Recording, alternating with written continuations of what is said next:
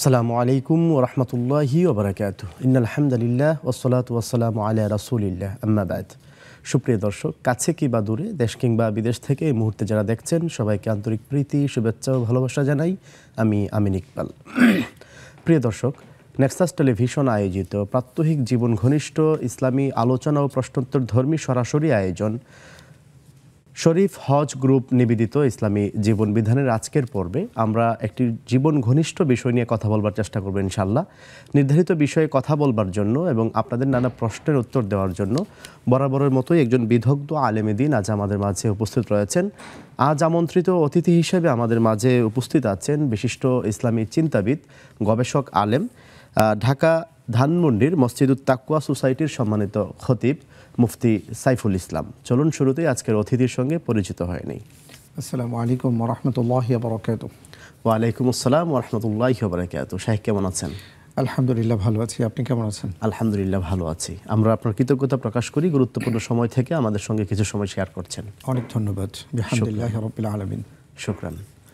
প্রিয় দর্শক, নিশ্চয়ই আপনারা জেনে থাকবেন প্রতিদিন এই আয়োজনে একটি নির্দিষ্ট বিষয় নিয়ে আলোচনা শুরু করে থাকি আমরা।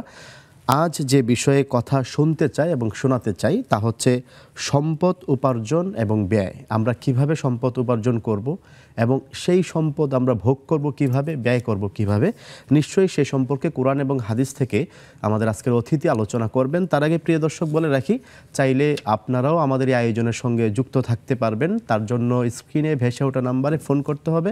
ফোন করে জীবন ঘনিষ্ঠ যে কোনো প্রশ্ন রাখতে পারবেন। প্রিয় দর্শক, আমাদের এই আয়োজনটি নেক্সাস টেলিভিশনের পর্দায় প্রদর্শনের পাশাপাশি আমাদের Facebook page Nexus television Islamic এবং আমাদের ইউটিউব চ্যানেলও সরাসরি সম্প্রচার করা হচ্ছে। চাইলে সেখানেও লাইক, কমেন্টস কিংবা শেয়ার করে আমাদের সঙ্গে যুক্ত থাকতে পারবেন। তো দর্শক, চলুন দেরি না করে আজকের অতিথির কাছ থেকে নির্ধারিত বিষয়ে আলোচনা শুনতে থাকি। শেখ, যেমনটা বলছিলাম যে পৃথিবীতে আমরা জীবন ধারণের জন্য, জীবন পরিচালনার জন্য সম্পদ উপার্জন করতে হয় আমাদেরকে। তো ইসলাম কি বলে সম্পদ উপার্জনের বিষয়ে এবং সেই সম্পদ ব্যয় করার পদ্ধতি কি হবে? ইন্নাল হামদুলিল্লাহ ওয়াসসালাতু ওয়াসসালামু আলা রাসূলিল্লাহি, আম্মা বাদ। আপনি যে বিষয়টির কথা বলেছেন, এটা আমাদের প্রাত্যহিক জীবনে, আমাদের এই জীবনযাপনের ক্ষেত্রে এই বিষয়টা ছাড়া আসলে আমাদের জীবনযাপন সম্ভব নয়, আমরা জানি। অর্থাৎ বেঁচে থাকতে হলে আমাকে উপার্জন করতে হবে এবং সেই উপার্জনটা আমার কোন পথে হবে এবং আমার বেঁচে থাকতে হলে ব্যয়ও করতে হবে। সেই ব্যয়টা আমার কোন পথে হবে, কোন পদ্ধতিতে হবে, সেই বিষয় নিয়ে আজকের আলোচনা। আপনি যে ব্যাপারটি বলেছেন যে নিঃসন্দেহে আল্লাহ তাআলা আমাদেরকে দুনিয়ায় পাঠিয়েছেন, আবার এই দুনিয়াতেই আমরা যেখানেই বিচরণ করছি সেখানেই আবার আমাদের জন্য তিনি রিজিকগুলো রেখে দিয়েছেন। শুধু আমাদের দায়িত্ব হলো সেই রিজিকগুলো খুঁজে খুঁজে বের করা। কিন্তু এই বের করার ক্ষেত্রে দুটো পথ আছে, দুটো পদ্ধতি আছে। একটা হলো সঠিক পথে, আর একটা হলো ব্যাঠিক পথে, অর্থাৎ হালাল অথবা হারাম। রাসূল সাল্লাল্লাহু আলাইহি ওয়াসাল্লাম বলেছেন যে আল্লাহ তাআলা আমাদেরকে পৃথিবী সৃষ্টির 50,000 বছর আগে আমাদের তাকদীর তিনি নির্ধারণ করে দিয়েছেন। সুতরাং এখানে এসে আমার তাকদীরে যতটুকু যা আছে আমি সেটা পাবো, কমও পাবো না, বেশিও পাবো না। কিন্তু বান্দাকে কখনো কখনো আল্লাহ তাআলা পরীক্ষা করেন। হারাম পদ্ধতিগুলো শয়তান তার সামনে উপস্থাপন করে। বান্দা সে পরীক্ষায় অনেকে উত্তীর্ণ হন, আবার অনেকে উত্তীর্ণ হতে পারেন না। তো যিনি উত্তীর্ণ হন তিনি সবর করেন, তিনি চেষ্টা করেন এবং একটা পর্যায়ে আল্লাহ তাআলা তার জন্য যে নির্ধারিত রিজিক রেখেছেন সেটা সে খুঁজে পায় এবং সেটা হালাল পথে সে উপার্জন করতে পারে।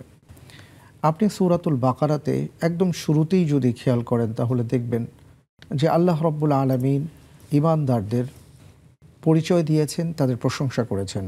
বলেছেন আল্লাযীনা ইউমিনুনা বিল গায়ব ওয়া ইউকিমুনাস সালাহ ওয়া মিম্মা রাযাকনাহুম ইউনফিকুন উলাইকা আলা হুদাম মির রাব্বিহিম ওয়া উলাইকা হুমুল মুফলিহুন। যে কারা সফল, কারা হেদায়েতের উপর আছেন, তার পরিচয় আল্লাহ তাআলা ওই সকল ঈমানদারদের এইভাবে দিয়েছেন যে যারা অদৃশ্যের প্রতি ঈমান আনেন এবং সালাত কায়েম করেন এবং সেই সাথে আল্লাহর দেয়া রিজিক থেকে যারা খরচ করেন।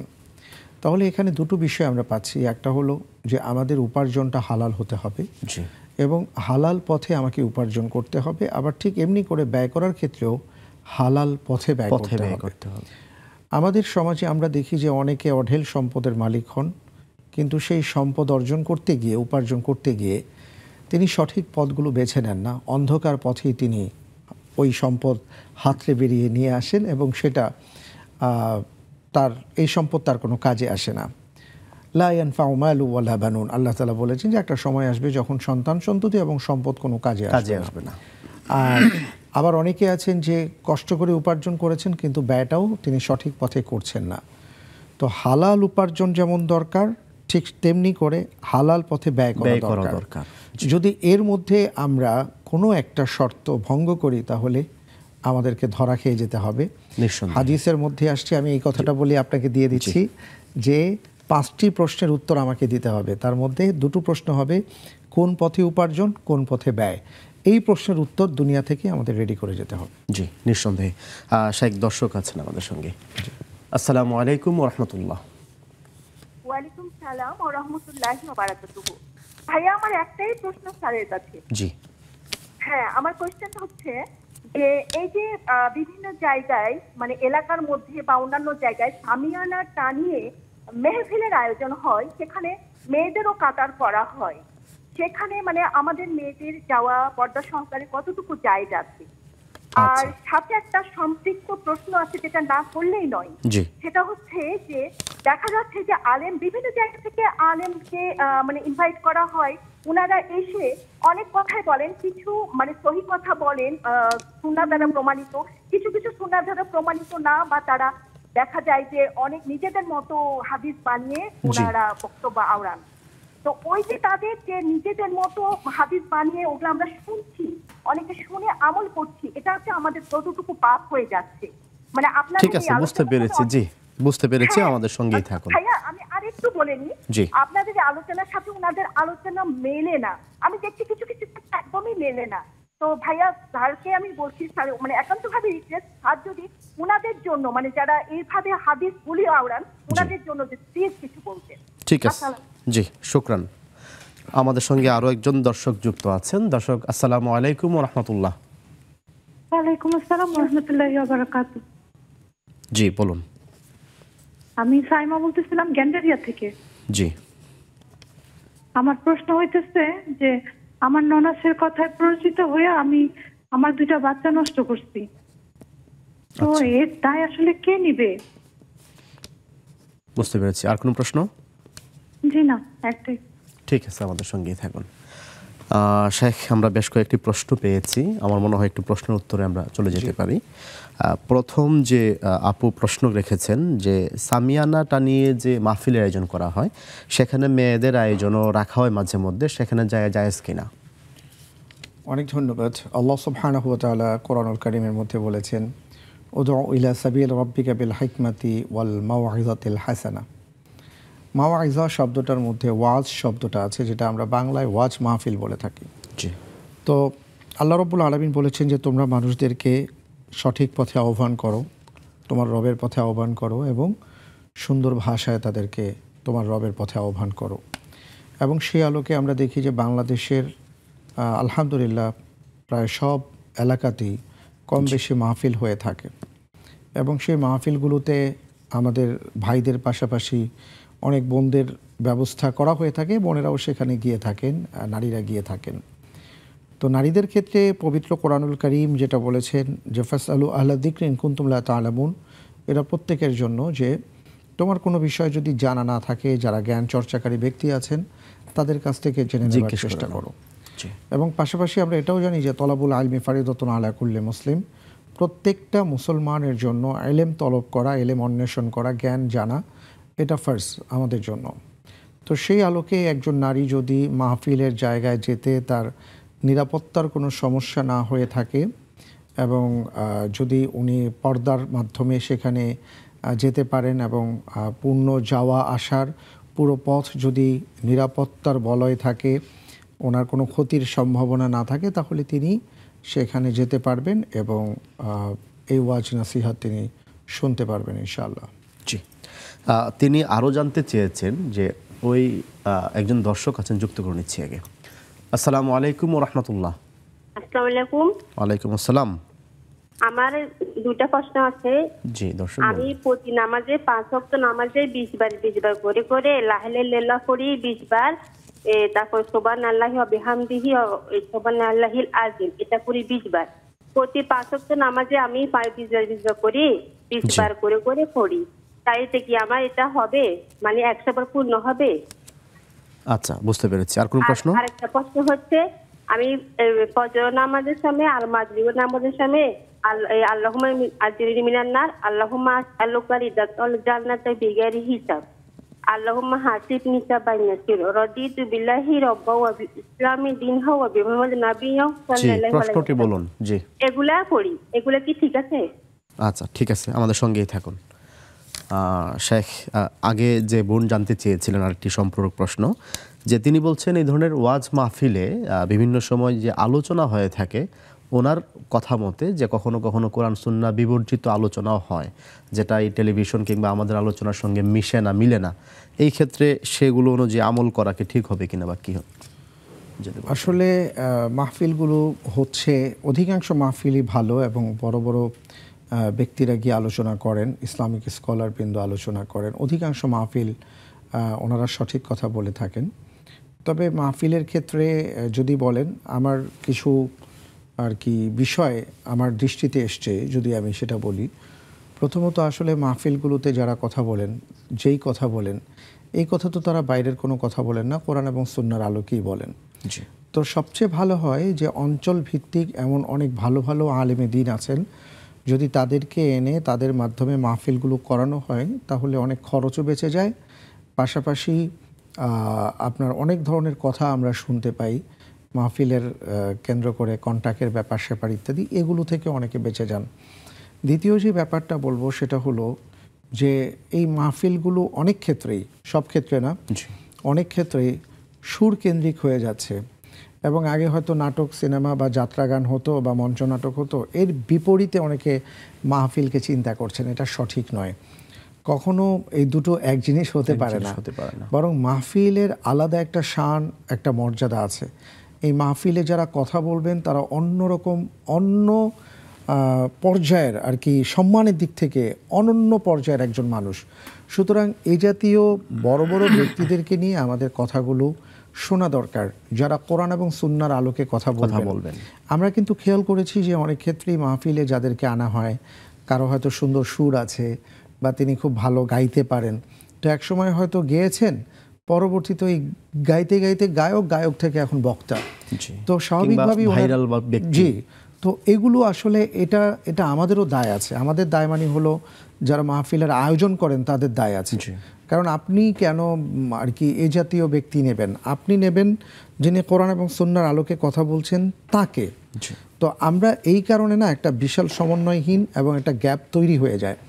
এবং এই কারণে দেখি যে তারা যখন কথা বলেন, এই কথাগুলোর অনেক ক্ষেত্রে কোরআন এবং সুন্নাহর সাথে মেলে না। তৃতীয় আরেকটা ব্যাপার বলুন, যেটা খুবই গুরুত্বপূর্ণ, সেটা হলো একজন বক্তাকে সময় বেঁধে দেওয়া হয় 1.5 ঘন্টার সময়, 2 ঘন্টার সময়। এই 2 ঘন্টার সময় আসলে তিনি কি বলবেন? কথা তো খুব বেশি না। আমরা খেয়াল করেন যে আমরা যে এই যে 40 মিনিটের একটা প্রোগ্রাম করি, এখানে আমরা 20-25টা প্রশ্নের উত্তর দিয়ে দিই নিঃসন্দেহে, তাই না? তো এখানে একজন বক্তা যদি 1 ঘন্টা আলোচনা করেন, তার এনাফ হয়ে যাওয়ার কথা, কিন্তু তাদেরকে বলতে বলা হয় না, আপনি আরও আধা ঘন্টা বলেন, আরও 2 ঘন্টা বলেন। এতে করে হয় কি, উনি এই ছোট জিনিসটাকে রাবারের মতন যখন টানা দেন, তো কথাগুলো বাড়াতে হয়, আর বাড়াতে গিয়ে অনর্থ কথা চলে আসে। তো এই বিষয়গুলো যদি আমরা একটু খেয়াল করতে পারি, তাহলে ইনশাল্লাহ মাহফিলের ময়দান আমাদের জন্য হেদায়েতের, আগেও যেমন বার্তাবাহক ছিল, এখনও তাই হবে। শুধু এই বিষয়গুলো আমরা একটু যেন খেয়াল করতে হবে। জি, শাইখ, একটা বিরতি নিতে হবে। প্রিয় দর্শক, আমরা দেখছিলাম শরীফ হজ গ্রুপ নিবেদিত ইসলামী জীবন বিধান। ফিরছি ছোট্ট একটা বিরতির শেষে, আমাদের সঙ্গেই থাকুন।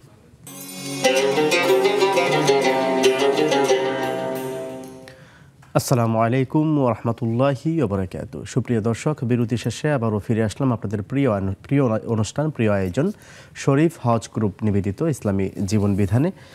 দর্শক, বিরতির পূর্বে আমরা কয়েকটি প্রশ্ন পেয়েছিলাম, নিশ্চয়ই প্রশ্নগুলোর উত্তর শুনবো। তার আগে বলে রাখি, চাইলে আরও প্রশ্ন রাখতে পারবেন, তার জন্য স্ক্রিনে ভেসে ওঠা ফোন নাম্বারে ফোন করতে হবে। শাইখ, আমরা যে প্রশ্নগুলো ঋতুর পূর্বে পেয়েছিলাম, একজন জানতে চেয়েছেন তিনি তার ননাসের কথা শুনে দুটি বাচ্চা অবসান করিয়েছেন, তো এর জন্য দায়ভারটা কার উপরে বর্তাবে? খুবই দুঃখজনক। এই বিষয়টা বলার আগে একটা কথা মনে পড়েছে, আগের যে বোন প্রশ্ন করেছিলেন জি। মাহফিলকে কেন্দ্র করে, যে মাহফিলে যে কথাগুলো শোনা যায় আমাদের কথার সাথে কথা মিলে না। আমি বলবো শুধু আমাদের কথাই না, যে কারো যে কোনো কথা আপনি শোনার পরে আপনি কোরআন এবং সুন্নাহ দেখবেন যে আসলে আমাদের কথাগুলো বা যারাই বলেছেন তাদের সাথে কথাগুলোর কতটুকু মিল আছে। যতটুকু মিল পাবেন ততটুকু গ্রহণ করবেন, যেটা মিল পাবেন না সেটা যেই হোক, আমরা হই বা তারা হই বা মাহফিলের বক্তা হন, যারাই হন, সেটা আমরা কেউ গ্রহণ করব না। এটাই আমাদের একটা মূলনীতি। এবার বলি যে আমাদের যে বোন প্রশ্ন করেছে যে ননাসের কথা শুনে তিনি তার দুটো বাচ্চাকে আর কি গ্রহণ করেননি বা অ্যাবর্শন করিয়েছেন, এটা নিঃসন্দেহে একটা অন্যায় এবং অপরাধ হয়েছে। আল্লাহ তাআলা কোরআনুল কারীমের মধ্যে বলেছেন, ওয়ালা তাকতুলু আওলাদাকুম মিন ইমলাক, যে তোমরা কি খাওয়াবে কি পড়াবে খরচের ভয়ে তোমরা কখনো তোমরা তোমাদের সন্তানদেরকে হত্যা করো না। নাহনু নারযুকুকুম ওয়া ইয়্যাহুম, যে আমি যেভাবে তোমাদের রিজিক দিয়েছি তাদেরকে সেইভাবেই দেব। ইন্না কতলাহুম কানা খিতআন কাবীরা, আর এইভাবে তাদেরকে হত্যা করা নিঃসন্দেহে একটা গর্হিত অপরাধ বা কবিরা গুনাহ আমরা যাকে বলি। তো এখানে আসলে দুজনেরই দায় আছে। যিনি বুদ্ধি দিয়ে এই অপকর্মটি করিয়েছেন তার তো দায় অবশ্যই আছে, আবার আপনিও দায়মুক্ত নন। আপনি তো মা এবং আপনারও দায়িত্ব ছিল বিষয়গুলোকে আরও ভাববার। তো যাই হোক, যেটা হয়ে গেছে আপনি এখন বুঝতে পারছেন, আপনি আল্লাহ তাআলার কাছে ক্ষমা প্রার্থনা করবেন, আল্লাহ রব্বুল আলামিন যেন আপনাকে ক্ষমা করেন, এবং রব্বুল আলামিনের কাছে আপনি খুব বেশি করে দোয়া করবেন। এই দোয়াটা, রব্বানা হাবলানা মিন আজওয়াজিনা ওয়া যুররিয়াতিনা কুররাতা আয়ুন ওয়াজআলনা লিল মুত্তাকিনা ইমামা। এবং মূসা আলাইহিস সালাম যে দোয়াটি করেছেন, রব্বি ইন্নী লিমা আনজালতা ইলাইয়া মিন খায়রিন ফাকির, আল্লাহ আপনি আমাকে যা দেবেন আমি তারই মুখাপেক্ষী, সুতরাং আপনার পক্ষ থেকে যা সিদ্ধান্ত সেটাই আপনি আমাকে দেন। অর্থাৎ আমি আর এই অপরাধ করব না, আপনি যদি আরও সন্তান আমাকে দেন আমি এটা অবশ্যই গ্রহণ করব। আপনি দোয়া করেন, ইস্তেগফার করেন, আর আল্লাহ তাআলা যেন আপনাকে মাফ করে দেন, এটার জন্য বারবার রব্বুল আলামিনের কাছে বলতে থাকেন। আল্লাহ আমাদের সবাইকে হেফাজত করুন। আমিন আমিন। আরেক বোন জানতে চেয়েছিলেন যে তিনি 5 ওয়াক্ত নামাজে প্রতি ওয়াক্তে লা ইলাহা ইল্লা আনতা সুবহানাকা এবং সুবহানাল, আমি একটু বলি, বোন অনেকগুলো দোয়ার কথা বলেছেন। প্রথমত আসলে এইভাবে দোয়াগুলো বললে আমাদের স্মরণে রাখা কষ্টকর হয়। জি। তা আমাদের এটা না বলে বরং আমরা একটা কাজ করতে পারি, যেমন বেশ কিছু সুন্দর সুন্দর দোয়ার বই আছে, বড় ছোট। আব্দুল্লাহ জাহাঙ্গীর রাহিমাহুল্লাহর দোয়ার বই আছে, রাহে বেলায়েত আছে, তারপরে হিসনুল মুসলিম আছে, আপনারা এটা দেখতে পারেন। তারপরে আমাদের শায়েখ আহমদুল্লাহ ভাইয়ের ওনার একটা ছোট্ট বই আছে নামাজের পরে পঠিত, এটার একটা দোয়ার বই আছে। এমন অনেকগুলো সুন্দর সুন্দর দোয়ার বই আছে, ওগুলো দেখে আপনারা পড়বেন এবং সেটাকে ফলো করবেন, ইনশাআল্লাহ তাআলা সমস্যা নেই। কারণ এইভাবে বললে আমরা আসলে খুঁজে পাবো না আকস্মিকভাবে। জি। শাইখ, দর্শক আছেন একজন। আসসালামু আলাইকুম ওয়া রাহমাতুল্লাহ। ওয়ালাইকুম আসসালাম ওয়া রাহমাতুল্লাহি ওয়া বারাকাতুহু। হুজুর, জি। ভারতের যে 8 চ্যানেল আছে ওই চ্যানেলে সিআইডি বলে, ওই সিআইডি দেখলে কি গোনা হবে? যে সিআইডি এটা হয়। আচ্ছা, ভারতের যে চ্যানেলে সিআইডি একটি চ্যানেলে জি সিআইডি একটা অনুষ্ঠান হয়, ওই সিআইডি বুঝতে পেরেছি। কি গোনা হবে? জি। আর কোনো প্রশ্ন আছে? জি না। ঠিক আছে, আমাদের সঙ্গেই থাকুন। শাইখ, এটার উত্তর আমরা দিয়ে নেই। জি, অনেক ধন্যবাদ। আসলে উনি একটা সিরিয়াল, একটা নাটক বা একটা কিছুর কথা বলেছেন। তা আমি বলবো শুধু সিআইডি না, সিআইডি বলেন, ডিআইডি বলেন, যাই বলেন, যদি এটার মধ্যে এমন কিছু থাকে যেটা হারাম, যেটা মানুষকে অন্যায়ের দিকে উদ্বুদ্ধ করে বা অশ্লীলতার দিকে আহ্বান করে, অথবা এমন কিছু উপস্থাপন করা হয় যেটা ইসলাম অ্যালাউ করে না, সেটা যে নামেই হোক সেটা দেখা যাবে না, শোনা যাবে না। আর আমরা তো দেখেছি যে অনেক সময় অনেক বড় বড় দুর্ঘটনা, অঘটন আমাদের সমাজে অনেক ইন্ডিয়ান অনেক আর কি নাটক দেখে আমাদের এখানে অপরাধ সংগঠিত হয়েছে। আপনি ভালো জানেন, পরিবারে কলহ তৈরি হচ্ছে, সাংবাদিক মানুষ। তো এই জন্য আমরা বলবো যে এই জাতীয় বিষয়গুলো আমরা দেখব না, বরং আমরা আমাদের সময়টাকে ভালো কাজে ব্যয় করব। প্রত্যেকটা সময়ের হিসাব আমাদেরকে কিন্তু দিতে হবে। এই কারণে আপনি যতটুকু সময় কোরআন পড়বেন আপনার সওয়াব হবে, কিন্তু আপনি কোনো সিরিয়াল দেখলে আপনার কোনো সওয়াব হবে না। আপনি বই পড়েন, ভালো জিনিস পড়েন, আপনার জীবনকে গড়ার চেষ্টা করেন। আমরা আল্লাহর কাছে এটা দোয়া করব আমরা সবাই যেন আমাদের সময়টাকে কাজে লাগাতে পারি এবং হারাম জিনিস থেকে যেন বেঁচে থাকতে পারি। আমিন। জি, একজন দর্শক আছেন আমাদের সঙ্গে। আসসালামু আলাইকুম ওয়া রাহমাতুল্লাহ। ওয়ালাইকুম সালাম। আমি সালেক হোসেন রনি কিশোরগঞ্জ থেকে বলছিলাম। আমার একটা প্রশ্ন হচ্ছে, আমরা ওয়াজের মধ্যে বেশিরভাগ সময় মূল আলোচনা রেখে আমরা অন্য আলোচনা জুড়ে দিই এবং সেই সাথে আমরা প্রশ্ন করি ঠিক না বেঠিক। এখন এখানে যারা যারা আমাদেরকে ওয়াজিয়ান যারা আছেন তারা তো আমাদেরকে ঠিক না বেঠিক আমাদেরকে কেন প্রশ্ন করে, আর এই ঠিক না বেঠিক বলাটা কতটুকু জায়েজ, এটা আমার প্রশ্ন। আচ্ছা, বুঝতে পেরেছি। শাইখ। জি, অনেক ধন্যবাদ। খুব সুন্দর প্রশ্ন উনি করেছেন। তবে এই প্রশ্নটা যারা ওয়াজ করেন তাদেরকে করলেই ভালো হয়, কারণ আমরা তো আসলে ওয়াজের ময়দানে খুব একটা আর কি যাওয়া হয় না। তো আলহামদুলিল্লাহ যে সকল ভাইয়েরা যান এবং তারা যখন কোনো একটা কথা বলে জিজ্ঞেস করেন ঠিক না ব্যাঠিক, এখন ওনারা কোন কাজের পরিপ্রেক্ষিতে এই প্রশ্নগুলো করেন এটা ওনারা ভালো জানবেন, যে আর ওনাদের সামনে যে অডিয়েন্স থাকেন ওনারা ভালো জানবেন। ভাই, আমি যদি এখন আপনাকে বলি যে আমি যে কথাগুলো বললাম এটা কি ঠিক আছে কি না, যদি এটা ঠিক থাকে তাহলে আপনি ঠিক বলতে পারেন। তো মূল ব্যাপারটা হলো যে আসলে এটা যারা বলে থাকেন এটা তারাই সুন্দর উত্তর দিতে পারবেন আমাদের চেয়ে। জি, সুন্দর। জি, শাইখ দর্শক আছেন আমাদের সঙ্গে। জি, আসসালামু আলাইকুম ওয়া রাহমাতুল্লাহ। ওয়ালাইকুম আসসালাম। জি হুজুর, আমার দুটো প্রশ্ন আছে। জি, বলবেন। হ্যাঁ, আপনার টেলিভিশনের ভলিউমটা কমিয়ে নিন। আমরা যাই যে রুকু থেকে সামি আল্লাহ লিমান হামদা বলি, এরপরে কি আরো কোনো দোয়া আছে? আচ্ছা, আর কোনো প্রশ্ন?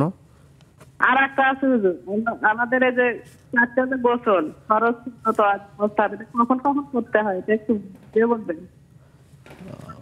গোসলটা বুঝি নাই, কাদের গোসল বললেন? হ্যাঁ, দ্বিতীয় প্রশ্নটি একটু বলবেন আবার। গোসলের এই যে আমাদের খরচ ছিল তো আজ গোসল এগুলো কোনটা কোন সময় বলা হয় গোসলের নিয়ত, এটা একটু বলবেন। ঠিক আছে, বুঝতে পেরেছি। আমাদের সঙ্গেই থাকুন। আমাদের সঙ্গে আরো একজন দর্শক আছেন। দর্শক, আসসালামু আলাইকুম ওয়া রাহমাতুল্লাহ। সম্ভবত লাইনটি কেটে গিয়েছে। দর্শক আবার চেষ্টা করুন। জি শাইখ, আমরা বেশ কয়েকটি প্রশ্ন পেয়েছি। এর মধ্যে একটি প্রশ্ন হচ্ছে, তিনি জানতে চেয়েছেন নামাজে রুকু থেকে ওঠার পর সামি আল্লাহু লিমান হামিদা এই দোয়া ছাড়া অন্য কোনো দোয়া পড়া যাবে কিনা, আছে কিনা, এই দোয়া সহ অন্য কোনো দোয়া? আসলে রুকু থেকে যখন আমরা উঠি সামি আল্লাহু লিমান হামিদা রাসূল সাল্লাল্লাহু আলাইহি ওয়াসাল্লাম এটা বলেছেন। এরপরে দাঁড়িয়ে অর্থাৎ সোজা হওয়ার পরে নানা ধরনের দোয়া আছে। রব্বানা লাকাল হামদু হামদান কাসীরান তাইয়িবান মুবারাকান ফি। আরেকটা বর্ণনায় মুবারাকান ফিহির পরে আসছে মিল আস-সামাওয়াতি ওয়া মিল আল আরদি ওয়া মিল মা শি'তা মিন শাইইন বাদ। তারপরে কেউ কেউ বলেছেন যে সুবহান কুদ্দুস রব্বুনা ওয়াল মালাইকাতি আর-রূহ, এটা রুকুতে পড়েছেন। কেউ বলেছেন লম্বা হয়ে দাঁড়িয়ে সোজা হয়ে পড়েছেন। তেমন এই কিছু দোয়া আছে, কিন্তু রুকু থেকে ওঠার সময় রাসূল সাল্লাল্লাহু আলাইহি ওয়াসাল্লাম সামিআ আল্লাহু লিমান হামিদা এটাই বলেছেন। এই হাদিসটাই আমরা জানি আর কি। জি, শুকরান। প্রিয় দর্শক, অনুষ্ঠানের এই পর্যায়ে আরও একটি বিরতিতে যেতে হচ্ছে। আমরা একটু পরে ফিরছি, আমাদের সঙ্গেই থাকুন। আসসালাম।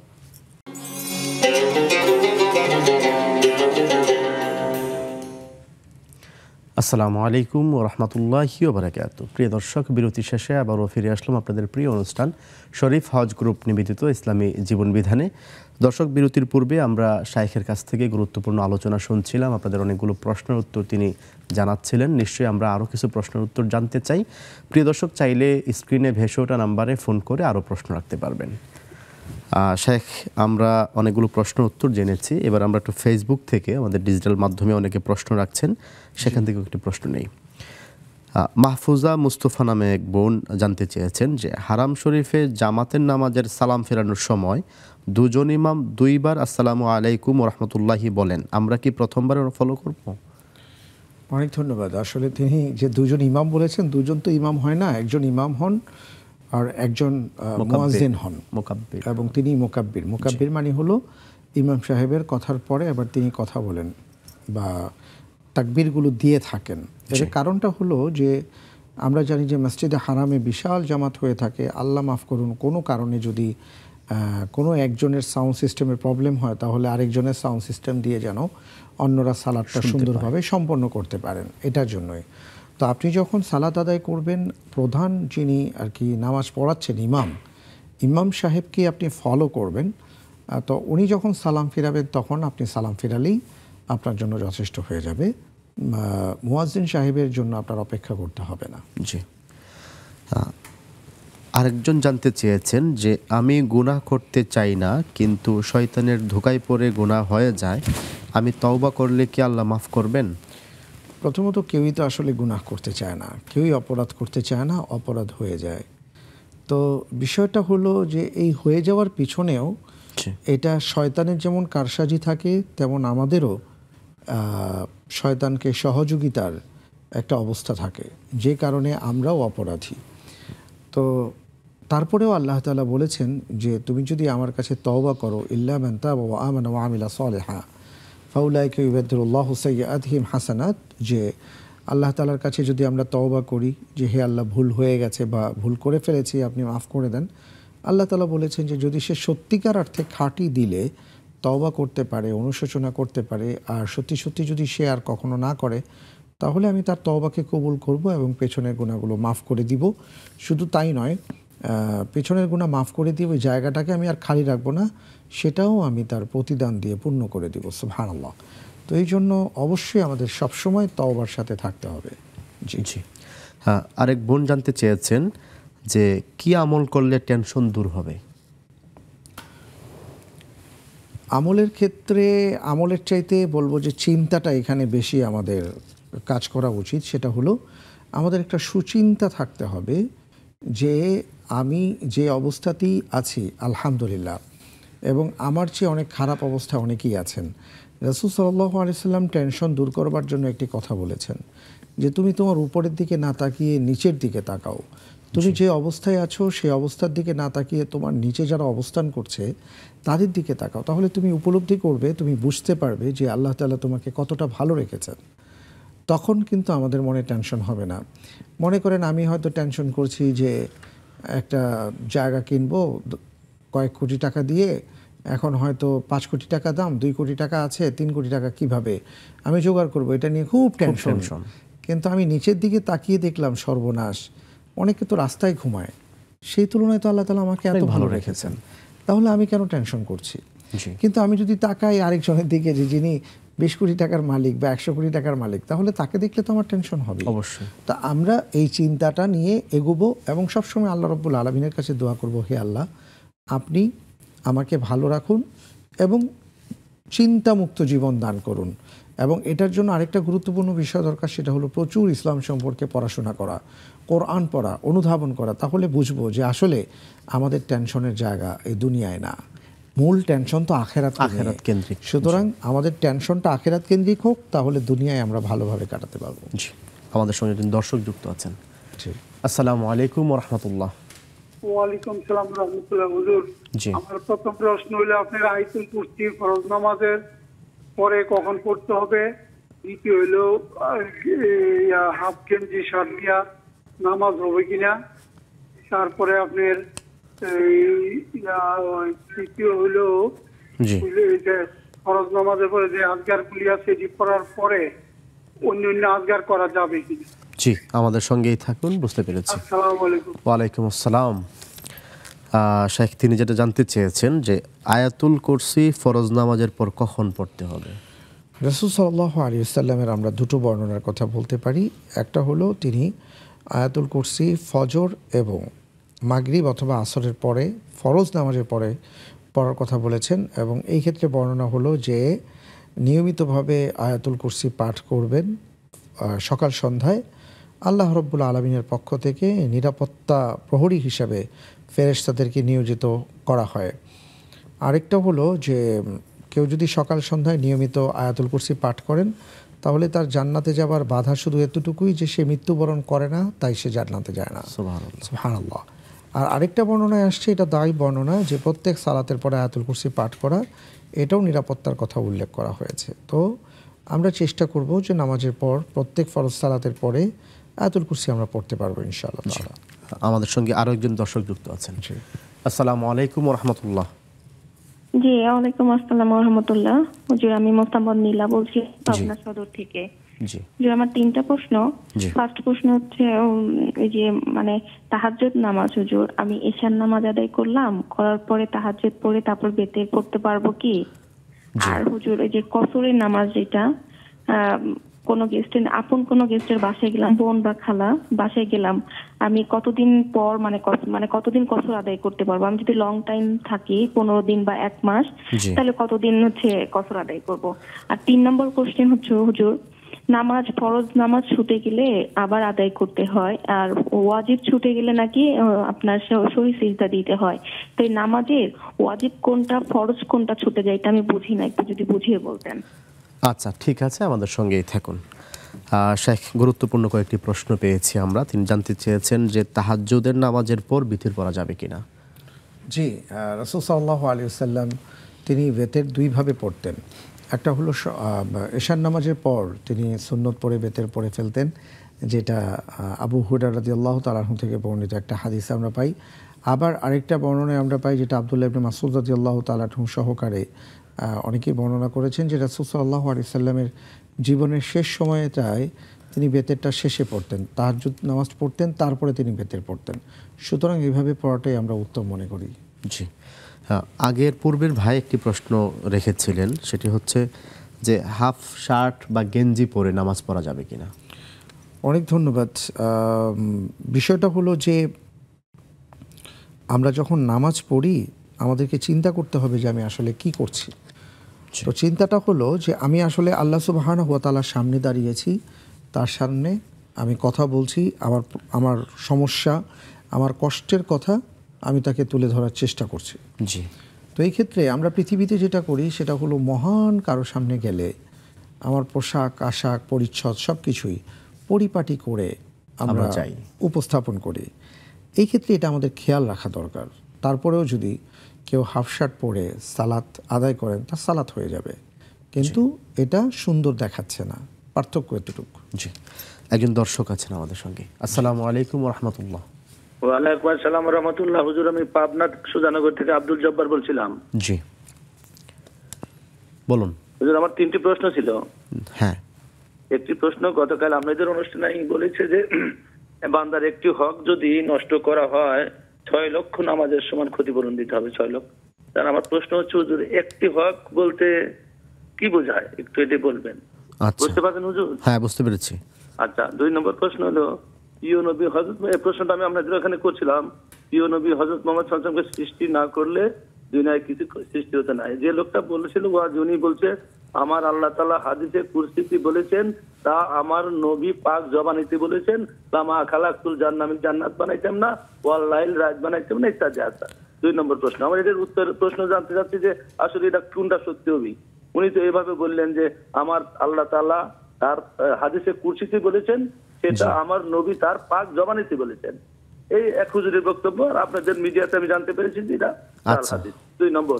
আর 3 নম্বর প্রশ্ন হচ্ছে হুজুর, যে একজন মারা গেলে যে খাওয়া দাওয়া করা হয়, গরিব মিসকিন হোক আত্মীয় স্বজন হোক, এটা কি সাদকা জারিয়ার ভিতর পড়ে? আবার কেউ বলে যে বেদাত। এই 3টি প্রশ্নের উত্তর দেওয়া হয়েছিল। ঠিক আছে, আমাদের সঙ্গেই থাকুন। প্রিয় দর্শক, আমরা দেখছিলাম শরীফ হজ গ্রুপ নিবেদিত ইসলামী জীবন বিধান। সময় হয়েছে আরও একটু বিরতিতে যাওয়ার, একটু পরেই ফিরছি, আমাদের সঙ্গেই থাকুন।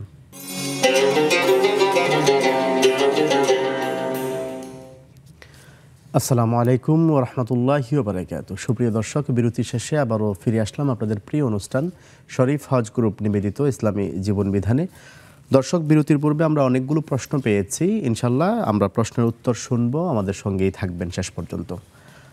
শেখ, আমরা যে প্রশ্নগুলো পেয়েছিলাম এর মধ্যে একটি প্রশ্ন এক বোন জানতে চেয়েছেন যে তিনি যদি আত্মীয়ের বাসায় বেড়াতে যান, বোন কিংবা মামার বাসায়, কতদিন পর্যন্ত সেখানে কসর করতে পারবেন নামাজের ক্ষেত্রে।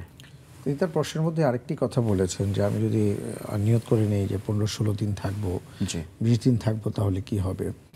মাসালাটা হচ্ছে যে কেউ যদি 15 দিনের কম নিয়ত করেন, কোথাও অবস্থান করবেন, তাহলে আগে থেকে নিয়তের কারণে তিনি সেখানে গিয়ে কসর করবেন।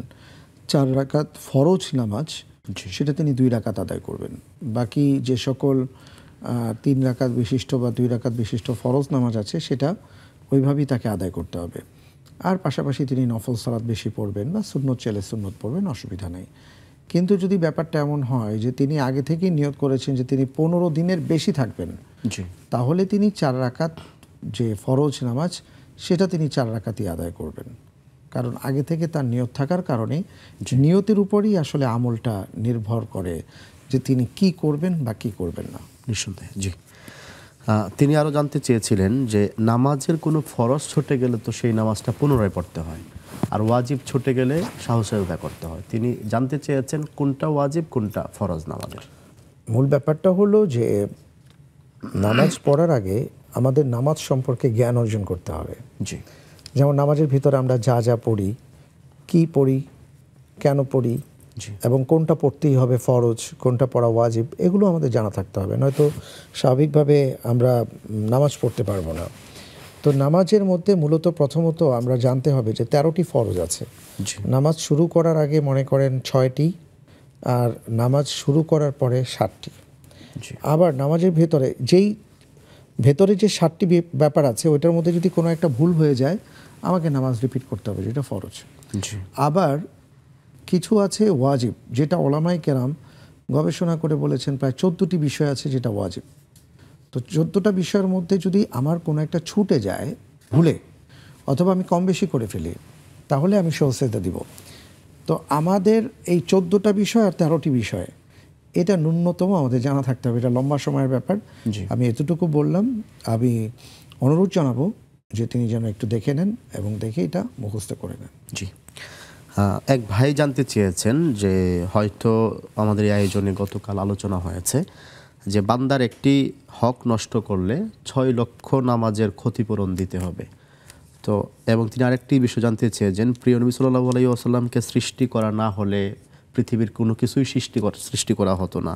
সেটি নবীজির আল্লাহর কথা নাকি আরশে আজিমের বা আয়াতুল কুরসির হাদিসে কুদসির কথা, এই সংক্রান্ত একটি বিষয় তিনি জানতে চেয়েছেন।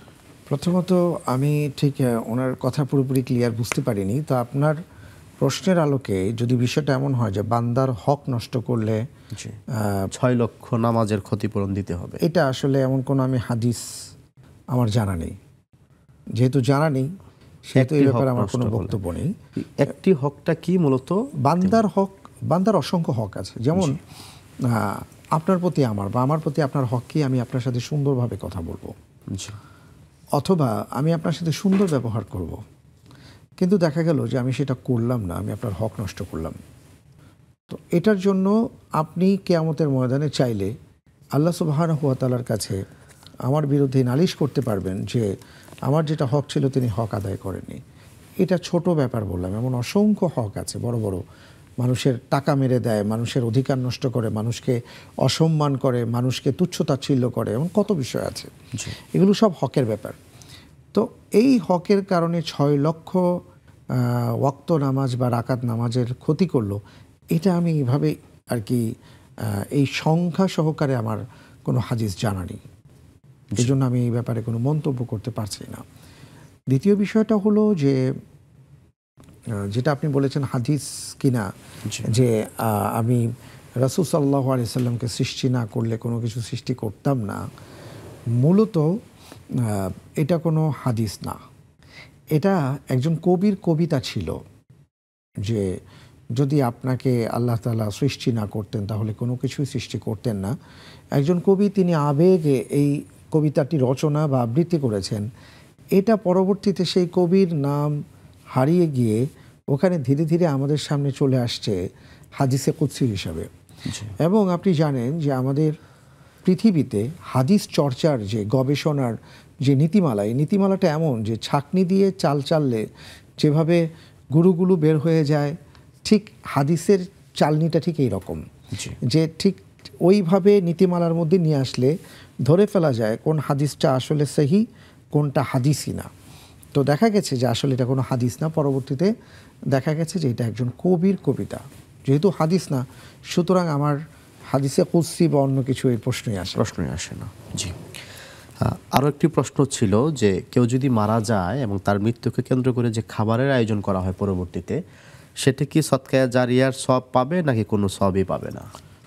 এটা আসলে প্রথমত নিয়তের উপর নির্ভর করবে যে আমরা কোন নিয়তে খাওয়াবো। দ্বিতীয় বিষয়টা হলো যে আমরা ওটা করতে গিয়ে কোনো ধর্মের সাদৃশ্য কিছু করে ফেলছি কিনা সেটাও খেয়াল রাখা দরকার। কারণ আপনি জানেন যে আল্লাহ সুবহানাহু ওয়া তাআলা কোনো বান্দাকে যখন নিয়ে যান, রাসূল সাল্লাল্লাহু আলাইহি সাল্লাম বলেছেন যে তার কিছু আমল আর কি জীবিতদের কিছু আমলের প্রতিদান তিনি পান। এর মধ্যে একটা হলো সাদাকায়ে জারিয়া। তো আমি একজনকে খাদ্য খাওয়াবো, এটা একটা সাদাকা, কিন্তু আমরা কি করি, ঘোষণা দিই, আয়োজন করি, সমাজ কি বলবে সেটা চিন্তা করে সামাজিকতা রক্ষা করি। তাহলে দেখা গেল যে আসলে এখানে ওই মানুষের উপকার আমি করছি না, আমি বরং মানুষকে দেখাবার জন্য করছি, এটা কোনো সওয়াব হবে না। আরেকটা হলো ভিন্ন ধর্মের মানুষদেরকে আমরা দেখি তারা 3 দিনের একটা শ্রাদ্ধ করেন, 40-এর একটা শ্রাদ্ধ করেন, অনুষ্ঠান করেন। ওটাকে যদি আমরা ফলো করে কিছু করি তাহলেও আসলে এটার আমরা কোনো ফায়দা পাবো না। এই জন্য মূল নিয়মটা হলো আমরা গরিব দুঃখীকে খাদ্য দিব, গোপনে দিব, এটা কেউ জানবে না। আল্লাহর কাছে আমরা দোয়া করবো, হে আল্লাহ, যে খাবার খাওয়ালাম এটা আপনি কবুল করার জন্য। জি জি। হ্যাঁ, একজন জানতে চেয়েছেন যে আমার প্রশ্ন হচ্ছে আমি যে সূরাগুলো মুখস্থ করেছি সেগুলো ভুলে যাচ্ছি, কি ব্যবস্থা করলে মনে থাকতে পারে? এটা সবচেয়ে সহজ মাধ্যম হলো যে আপনি নামাজের মধ্যে পড়বেন, যতটুকু পারেন, যতটুকু আপনার মুখস্থ হয়েছে আপনি নামাজে পড়েন, ইনশাল্লাহ তাহলে আপনার এটা ঠিক থাকবে, আপনি ভুলবেন না ইনশাল্লাহ। জি। হ্যাঁ, আরেকজন জানতে চেয়েছেন যে মসজিদের নামে যদি কিছু মানত করা হয় সেটা যদি মাদ্রাসায় দেওয়া হয় তাহলে হবে কিনা? না, মসজিদের নামে মানত হলো আল্লাহর ঘরের ব্যাপারে আপনি মানত করেছেন।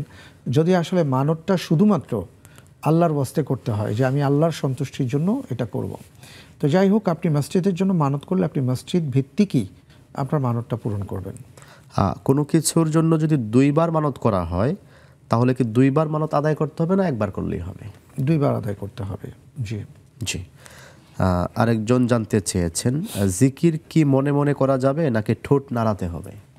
প্রত্যেকটা কথাই আসলে এই যে জিকির আমরা যেটা বলছি বা আমরা তিলাওয়াতের কথা বলছি, এটা এতটুকু স্বরে বা এতটুকু সুরে আমাদের বলতে হবে যেটা আমরা আমাদেরটা শুনতে পাচ্ছি। কারণ মনে মনে কিছু চিন্তা করলে এটা যেমন শরিয়া আমাদেরকে ধরে না, ভালো মন্দ যাই করি, ঠিক এমনি করে মনে মনে কিছু পড়লেও হবে না, আমাদেরকে সেটা উচ্চারণ করে পড়তে হবে। জি। জুমার দিন সূরা কাহাফ কখন পড়া উত্তম? আসলে জুমার দিনের মধ্যে পুরো দিনটাই, যেহেতু জুমার দিন আপনি যেদিন কি বলবো বৃহস্পতিবার মাগরিবের পর থেকেই তো জুমার দিন শুরু হয়ে যায়। তা আপনি জুমার দিন মাগরিবের আগ পর্যন্ত সময় পাচ্ছেন। তবে উত্তম সময়টা হলো আপনি জুমার দিনে আপনি পড়ে ফেলবেন। এটা ফজরের পরেও পড়তে পারেন, জুমার নামাজের পরেও পড়তে পারেন, এটা কোনো সমস্যা নেই, বা আসরের পরেও আপনি পড়তে পারেন জুমার দিন। জি। শাইখ, আমরা অনুষ্ঠানের একেবারে শেষ পর্যায়ে আছি, হয়তো 2 মিনিট সময় পাবো, আমাদের নির্ধারিত বিষয়ে যদি একটু ফিনিশিং আলোচনা করতেন। অনেক ধন্যবাদ। আমরা আসলে অনেক সময় উপলব্ধি করতে পারি না, আমরা ভাবি যে অসুবিধা নেই, আমার এখন উপার্জন করা দরকার, তাই আমরা অন্ধ চোখে বলগাহীনভাবে উপার্জন করার চেষ্টা করি, এবং একটা পর্যায়ে তখন আবার আমাদের আফসোস কাজ হয়, আমরা তখন শুধরে যাবার চেষ্টা করি, কিন্তু যা উপার্জন করেছি দেখা যায় সেই উপার্জনের মাধ্যমে আমি যাই কিছু অর্জন করেছি সবই আসলে হারাম হয়ে গেছে। রাসূল সাল্লাল্লাহু আলাইহি ওয়াসাল্লাম বলেছেন ইবাদতকে 10 ভাগে ভাগ করা হয়েছে, 9 ভাগই হালাল রিজিকের উপর ডিপেন্ডেন্ট। সুতরাং হালাল রিজিকটা কতটা যে গুরুত্বপূর্ণ সেটা আমরা বুঝতে পারছি। রিজিক যদি হালাল না হয়, উপার্জন যদি হালাল না হয়, তাহলে আমার ইবাদত কবুল হবে না। আবার আমি যে ব্যয় করছি, অনেকেই অনেক অর্থ ব্যয় করেন, দান করেন, কিন্তু কোথায় দান করা হচ্ছে? অনেকে হয়তো গানের মঞ্চে দিচ্ছেন, নাচের মঞ্চে দিচ্ছেন, অমুক তমুক জায়গায় দিচ্ছেন, সম্পর্ক রক্ষার জন্য দিচ্ছেন। এই ব্যয়গুলো এটা আমাদের জন্য একটা ভার হয়ে যাবে কিয়ামতের ময়দানে। সুতরাং উপার্জন এবং সম্পদ ব্যয় দুটোই হালাল পথ এবং পন্থা অনুপাতই আমাদের করতে হবে, তাহলে কিয়ামতের ময়দানে সেই প্রশ্নের জবাবও দিতে পারবো এবং এই সম্পদ আমাদের জান্নাতে যাবার উসিলা হবে। জি। শেখ, অসংখ্য ধন্যবাদ সময় দেওয়ার জন্য। আপনাকে অনেক ধন্যবাদ। শুকরান। প্রিয় দর্শক, আমরা এতক্ষণ দেখছিলাম শরীফ হজ গ্রুপ নিবেদিত ইসলামী জীবন বিধান। আজ আলোচনা করছিলেন মসজিদুত তাকওয়া সোসাইটির সম্মানিত খতিব মুফতি সাইফুল ইসলাম। ইনশাআল্লাহ আগামী দিন নতুন একজন অতিথি, নতুন কোনো বিষয় নিয়ে কথা হবে। ততক্ষণ পর্যন্ত সবাই ভালো থাকবেন, সুস্থ থাকবেন, নেক্সাস টেলিভিশনের সঙ্গেই থাকবেন। আসসালামু আলাইকুম ওয়া রাহমাতুল্লাহি ওয়া বারাকাতুহু।